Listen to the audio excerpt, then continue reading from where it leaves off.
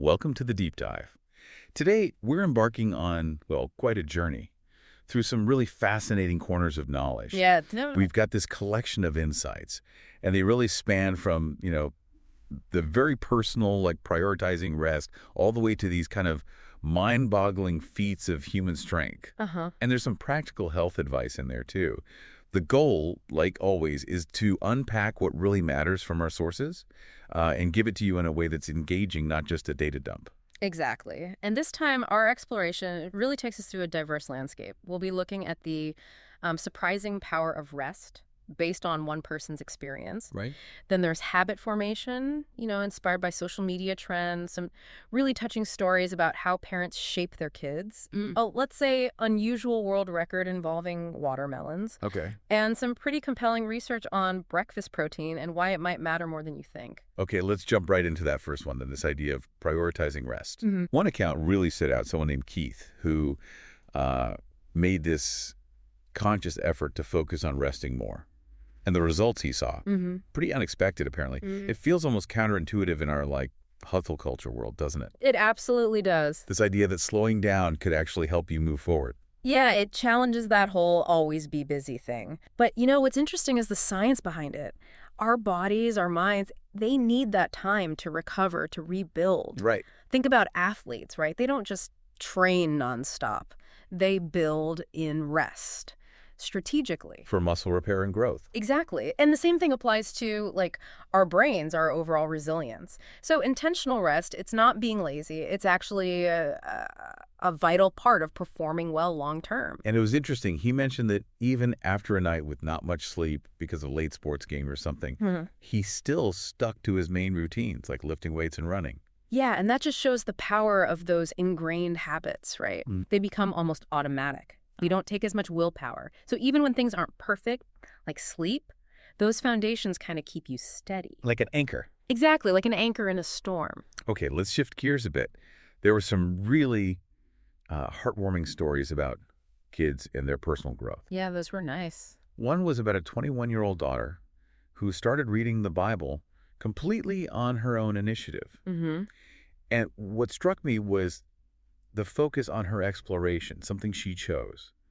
And the parents were just supportive, looking at it as her development, not pushing religion. That's such a great example of fostering intrinsic motivation. When you let people, kids or adults, explore their own interests, their beliefs autonomously, Yep. it just leads to a much deeper, more genuine connection. They weren't pressuring her, just supporting her journey so that spiritual growth could just happen naturally. It really highlights this broader idea of personal development, having all these different facets, physical, mental, emotional, spiritual even. Right, they all connect. And there were other little stories too, like the middle daughter who was into spiritual chats with her grandma early on, and later got fascinated by rewiring neuroplasticity. Wow, quite a shift. And the 18-year-old son getting into political discussions, forming his own views. Yeah. It just paints this picture of a home where independent thinking is really encouraged. What's cool there is how all these different interests seem to come from that foundation of curiosity, of open-mindedness that was nurtured in the family.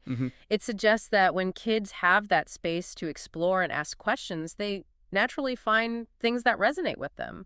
Leads to really rich, varied growth. And this connects really nicely to the next point, which is about leading by example. Oh, yeah, a big one. The observation was that kids tend to copy what their parents do way more than what they say. Absolutely. Okay. See's monkey do, right? Totally. We heard about daughters getting into athletics after seeing their dad's fitness dedication. Yeah. And another daughter, Brooke, who really values her time and makes healthy food choices, clearly picking that up from her parents' habits. And if you link that back to the intrinsic motivation thing, leading by example, it's this powerful, sometimes subconscious influence. Right. Kids are always watching, absorbing behaviors from their role models. So when parents actually live the values they talk about, it gives the kids a real blueprint to follow. It's showing, not just telling.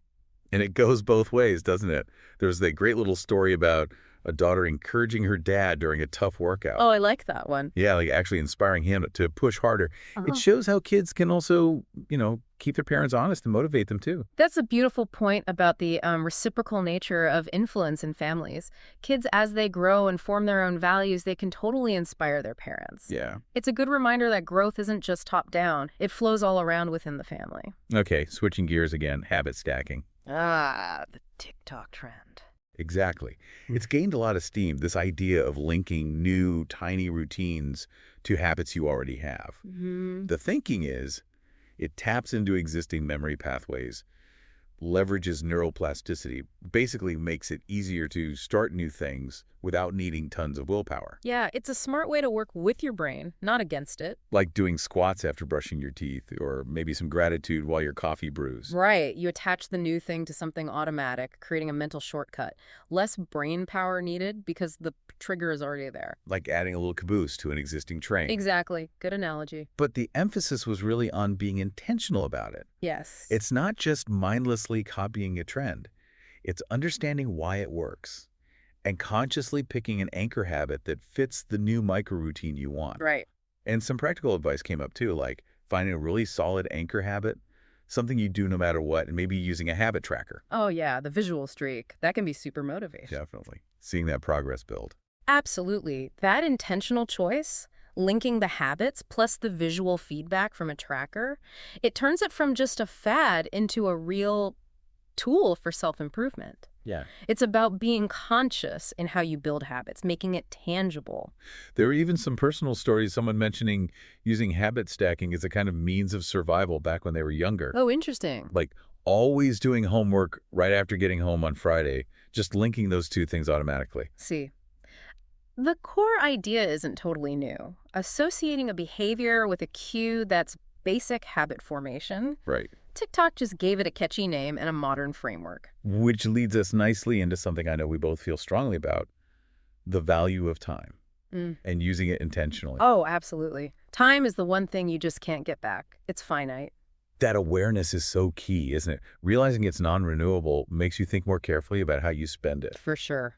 There was that anecdote about the buggy, like a golf cart or something that wouldn't start. It just captured that frustration of wasted time, but also the proactive approach, like, okay, let's fix this. Right. Taking action instead of just getting stuck in the frustration. And there was that interesting side note about the law of attraction, maybe playing a role. Like, because they were visibly trying to push it, others jumped in to help. That's compelling. How just taking initiative, showing that effort can sometimes draw in help or positive outcomes. Rah. It suggests that even when you're annoyed, having that agency, that proactive mindset can really make a difference. And the broader point was about bringing intentionality to everything. Rest, work, leisure. Exactly. It's not about being some kind of super rigid scheduler or neurotic about minutes. No, definitely not.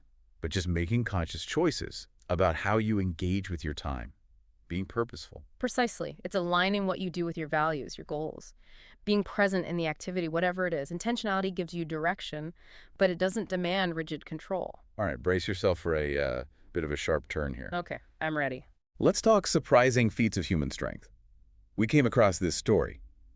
A Turkish bodybuilder. Oh, I think I know where this is going. She set a Guinness World Record by crushing 5 watermelons with her thighs in 60 seconds. Yep, that's the one. It's quite a visual. Isn't it? The source described how she sits down, places the watermelons just so, locks her feet, and then just applies immense pressure. Astonishing power, really focused power. I know. Just picturing the force needed. It's kind of mind-blowing. Makes you wonder about the training for such a specific, and let's be honest, unusual skill. And also, why watermelons? Of all things. Yeah, that's part of the fun with these records, isn't it? They often showcase human ability in ways you just never considered. Maybe it's just our curiosity about pushing limits, seeing what's possible, no matter how niche it seems. Fair enough. Okay, finally, let's dive into some really practical health stuff. This is about breakfast protein. Ah, yes. Important topic. So new research suggests that getting at least 30 grams of protein in your first meal 30 grams. can have real benefits for blood pressure and overall cardiometabolic health, especially for adults dealing with obesity. And just quickly, cardiometabolic health, that's basically the health of your heart and your metabolism working together. Things like blood sugar, blood pressure, cholesterol. Right. It's a crucial area, and this research points to a few reasons why this might work. Okay. One is simple replacement. A high-protein breakfast might take the place of less healthy options, sugary cereals or pastries. Makes sense. It could also improve insulin sensitivity, how well your body uses insulin. Plus, it might lead to steadier blood sugar levels through the day. Less of a spike and crash. Exactly. And potentially even increase something called diet-induced thermogenesis. Which is? Basically, the energy your body burns just digesting and processing the food. So a little metabolic boost in the morning. Interesting. And the research mentioned eggs as a simple, effective source of high-quality protein. Yeah, good old eggs. And worth remembering, they're a complete protein, meaning they have all 9 essential amino acids our bodies need but can't make themselves. That's a key point. Those essential amino acids are literally the building blocks for, well, pretty much everything vital in our bodies. Right. And choosing something available and affordable like eggs just makes hitting that 30-gram target more achievable for lots of people. We also touched on something called the protein leverage hypothesis. Right. Fascinating idea. The gist is our bodies seem to have this strong internal drive to get enough protein. Mm-hmm. So if our diet is consistently low in protein, say under 15% of total calories, Yeah, that's the rough threshold they talk about. we might unconsciously just eat more food overall, trying to hit that protein target, often leading to grabbing less healthy stuff and maybe gaining weight. It's like your body's constantly searching for the protein it needs and overshoots on calories in the process. That's a good way to put it. Yeah, our bodies have these complex systems to regulate nutrients, and protein seems to be a key driver. So getting enough, especially early in the day, could help regulate appetite and lead to better food choices overall. And the practical advice was pretty straightforward. Prioritize protein in your meals. Mm. Then think about veggies, healthy fats, complex carbs. Exactly. Just shifting the focus slightly. Make protein a cornerstone. It helps with feeling full, stabilizing blood sugar, supporting overall metabolic health, lots of potential benefits. Okay, we also wanted to give a quick shout out our community spotlight. Yeah, good idea. First, to the Tired Dad on Substack. Really appreciate his honest, often funny takes on modern fatherhood. Mm-hmm. Heard good things. And also to Patrick Maiden on LinkedIn. He's a business development leader in healthcare and really emphasizes trust and focusing on the patient. That's so important in healthcare. Definitely. We're hoping maybe we can get both of them on for a future deep dive, explore their ideas more, maybe even have them spotlight someone they follow. That would be great. It's good to acknowledge people doing valuable work and building those positive connections. We appreciate what they're doing. So as we wrap this one up, you can see we've covered, well, a lot of ground. We really did jump around. Yeah. From the quiet power of rest, the influence of example, to the science of breakfast protein, and the sheer strength involved in crushing watermelons. Huh. Don't forget the watermelons. Never. But the real value here for you listening is how you might connect these different ideas, finding what clicks for you in your own life. And that really leads us to our final thought for you today. Take a moment to reflect. How intentionally are you using your time right now? And maybe, what's one small habit stack you could try, just one tiny thing, to move a little closer towards your goals? Remember, real progress, it often comes from those consistent, purposeful actions. Whether that's resting intentionally, learning from others, or fueling your body right. Exactly. So the question is, what's one small, intentional change you'll think about making today?